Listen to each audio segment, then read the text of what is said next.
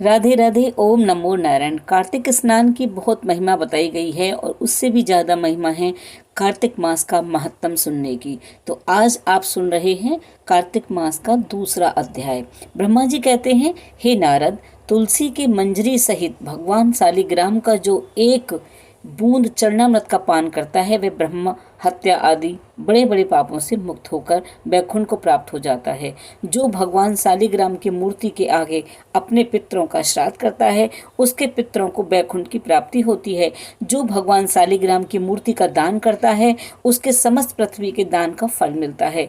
जो सालिग्राम की मूर्ति को बेचता है उसको घोर पाप लगता है, इसलिए सालिग्राम की मूर्ति कभी बेचनी नहीं चाहिए। विष्णु भगवान का पूजन शंख के जल से और शिव का बेल पत्रों से, सूर्य का तुलसी से और गणेश जी का धतूरे के पुष्पों से तथा विष्णु भगवान का केतकी के पुष्पों से, शिव का कनेर कमल को छोड़कर किसी भी लाल पुष्प से पूजन नहीं करना चाहिए। जो श्री विष्णु भगवान का पूजन कमल के पुष्पों से, लक्ष्मी जी का मालती और चंपा के पुष्पों से करता है वह भगवान के परम पद को प्राप्त हो जाता है। जो भगवान की अति प्रिय तुलसी से पूजा करता है उसकी महिमा कोई भी नहीं कह सकता।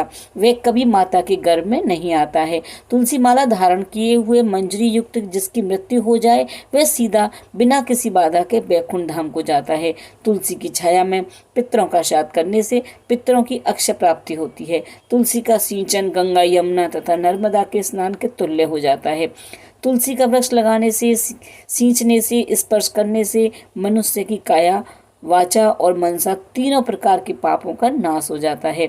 जो मनुष्य आंवले के पत्ते और फूलों से भगवान का पूजन करता है, आंवले के वृक्ष के नीचे बैठकर भगवान का पूजन करता है, उसको सोने के फल और पुष्पों का फल प्राप्त होता है। जो मनुष्य द्वादशी को तुलसी तथा आंवले के पत्तों को तोड़ता है वह घोर नरक में जाता है। जो मनुष्य कार्तिक मास में आंवले के फल, तुलसी और गोपी चंदन की माला धारण करता है, भगवान को समर्पित करता है, वह जीवन मुक्त हो जाता है। इस प्रकार व्रती पुरुष स्त्री भोजन करके चंदन, पुष्प, पान और दक्षिणा से ब्राह्मणों को प्रसन्न करें, सारे मांस भूमि पर शयन करें, ब्रह्मचर्य का पालन करें, पत्तल में एक समय भोजन करें, मौन व्रत धारण करें, वह सूरवीर और कीर्तिमान होता है। जो एक समय भोजन करता है वह भी आंवले के नीचे बैठकर उसके 1 वर्ष के पाप नष्ट हो जाते हैं। व्रती मनुष्य को शहद, कांजी, दाल, तेल, कच्चा भोजन, दूसरों के घर का अन्न, किसी प्रकार का तामसी भोजन नहीं करना चाहिए। रविवार को आंवला नहीं खाना चाहिए। देव, वेद, गौ तथा ब्राह्मण की निंदा नहीं करनी चाहिए। मांस आदि का सेवन नहीं करना चाहिए। अब इस प्रकार के मांस कहते हैं, जो मांस होते हैं ना वो कैसे आते हैं, यानी जिसको हम तामसी भोजन कहते हैं, मीट कहते हैं।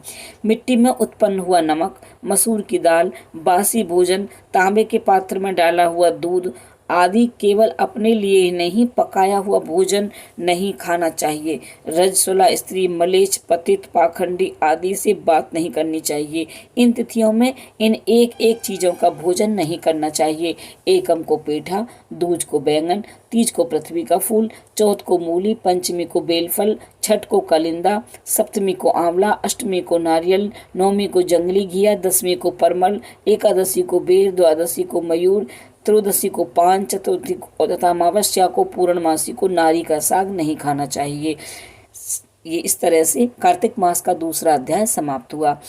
आप मेरे चैनल पर बने रहिए, आपको कार्तिक मास के 35 अध्याय महत्तम इस तरह से पूरे महीने मिलते रहेंगे। और कार्तिक मास से जुड़ी हुई बहुत सारी जानकारी, वीडियो, पूजा पाठ, स्नान, दान, सभी की वीडियो आपको चैनल पर मिलेंगी। आप हमारे चैनल पर प्लेलिस्ट में विजिट करेंगे, कार्तिक मास की प्लेलिस्ट में, तो आपको सभी वीडियो मिलेंगे। तो बने रहिए मेरे चैनल पर। आई होप कि आपको हमारी वीडियो पसंद आई होगी। हमारी वीडियो पसंद आए तो कमेंट्स बॉक्स में राधे राधे जरूर लिखिएगा। माता राधा रानी की कृपा, श्री कृष्ण भगवान की कृपा और सालिग्राम भगवान की कृपा आप पर बनी रहेगी।